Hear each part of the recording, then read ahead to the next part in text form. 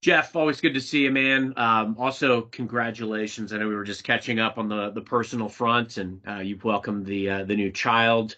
I'm having some new pets in the world, so it's been an eventful year for us both. And as we, kind of start to wrap up a year, I think it's always important that we think about, how can we reflect? What did we learn this year? How can we capitalize on end of year?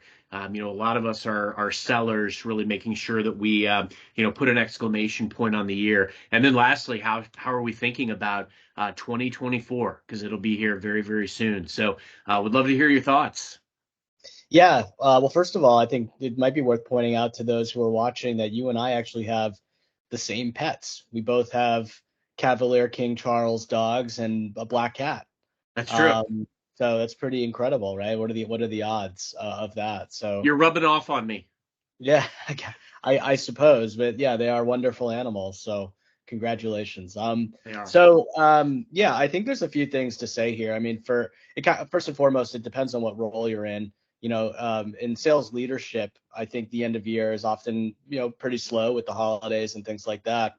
There's always a lot of like strategic things that I'm always trying to get to, and I think sometimes you don't have time to dwell on, and that's where I really like to use that time is to think about like what went well over the last year, what didn't go well. Like maybe we run some of our closed won and closed lost analysis, try to do some retrospective on the data and figure out how we're going to adjust for next year. Of course, like the same is true for an individual contributor. You can do some your own analysis of kind of like the business that you're running within the business. But one answer that I think might surprise people actually has a lot to do with sourcing. I think that you gotta always be sourcing. You gotta always be finding new leads and good good fit customers to talk to that are within your ideal customer profile.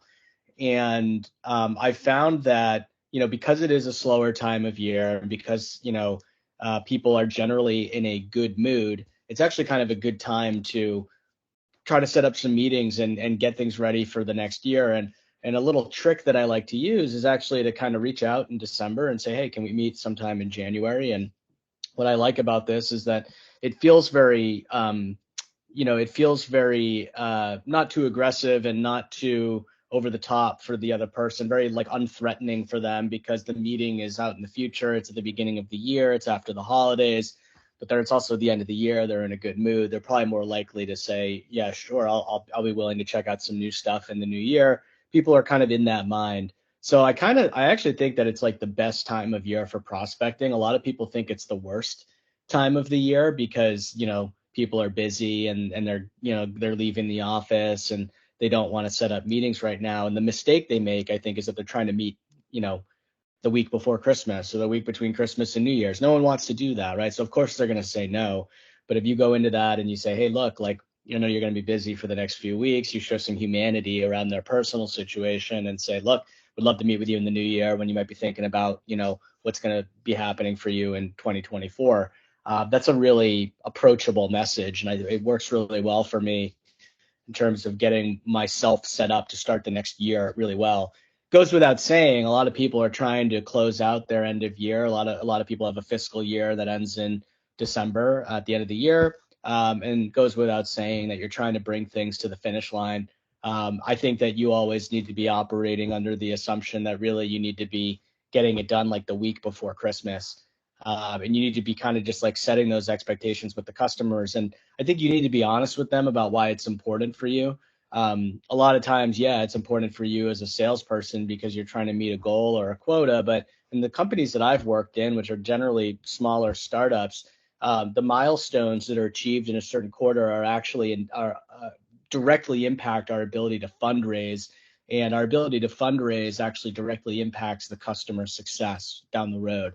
And so I often will use that kind of message to say, hey, look, like, yes, selfishly, I want this for myself, but really what it will do for the company is really good. And it actually will come back to you in a really positive way. It'll give us the resources to really invest in this relationship.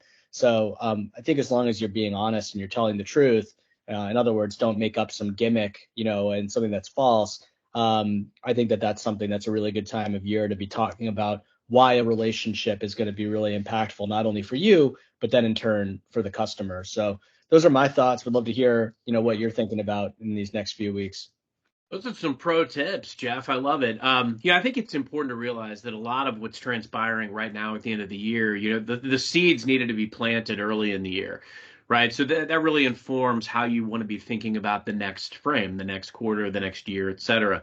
I would agree with you wholeheartedly. It's a time to really show the humanity element. I spent a lot of the just the holiday season with gratitude and just connecting on a personal level, even just reconnecting with former customers, colleagues, et cetera, and just really, making sure you're having that personal touch so that they're not just hearing from you when you're, trying to do business. And I think the other element is, how you want to leverage those promotions. I would agree. I've worked for some smaller organizations. I've also worked for very large organizations. And, just to tell a customer, hey, we are motivated to make this happen right now. So I have line of sight to being able to maybe discount or invest a little bit more strategically than I normally would be able to in order to move this forward. If there's appetite to do that, let's proceed. I would love to secure that for you. And I find that often that type of an approach, being candid, having that level of trust and transparency with your customer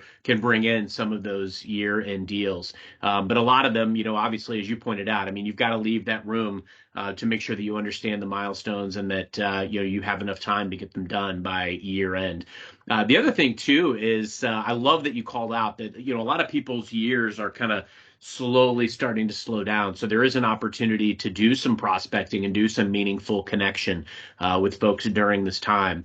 I think it's important as well to just reflect. I spend a lot of this time studying, what worked this year that I really want to double down on. Where did I maybe have some setbacks or roadblocks, and what could I learn from that or do differently? And especially, what were some of the like energy and time Draculas? What sucked up time that didn't yield outcomes that I could probably get rid of or tweak or reconfigure so that it looks better next year. I spend a lot of time really diligently studying what worked and what didn't so that I can be more effective next year. The other element too, like right now, like thinking about and being intentional about professional development and learning.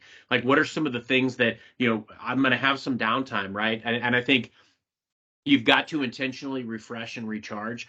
And I can say this, being a veteran now of the sales environment and of career, I didn't do that as much in my youth. And there's a lot of value to just refreshing, recharging. Sometimes I come up with some of my best ideas when I'm doing that, when I'm investing in, reading or podcasts, taking in new materials, seeking out new ways of doing things, but then also just spending time with family and doing things that are not going full nose to the grindstone all day, every day. Those things are super, super important. So that can help you really wrap up your year successfully, but also turn the corner into a new year from a planning perspective. Because ultimately, what you want to do is whether you've got your goals for next year or not, there are likely some personal goals and things that you want to achieve in this coming year. So start to put pen to paper, put that down, and really think intentionally about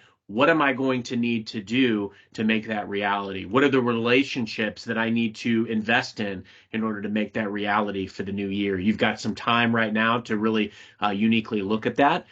So best of luck to everyone as you finish your year strong, but also as you plan for a successful 2024. That's great. Yeah, I love the emphasis on the professional development, learning. Great time to be doing it. It's hard to do it on the day to day, every single day. You got to do your job. So great time of year. I actually made a note like, hey, I have a lot of books that I haven't read yet that I've been meaning to read. Got a lot of downtime right now. So going to start digging into that. I like that idea. Love it. Can't wait to. We need to do a future one of these on some of our favorite career oriented books. Maybe we'll do Yeah. that one in the new year. So, Yeah, that's great. Jeff, always a pleasure, man. See you next time. Thanks, Carson.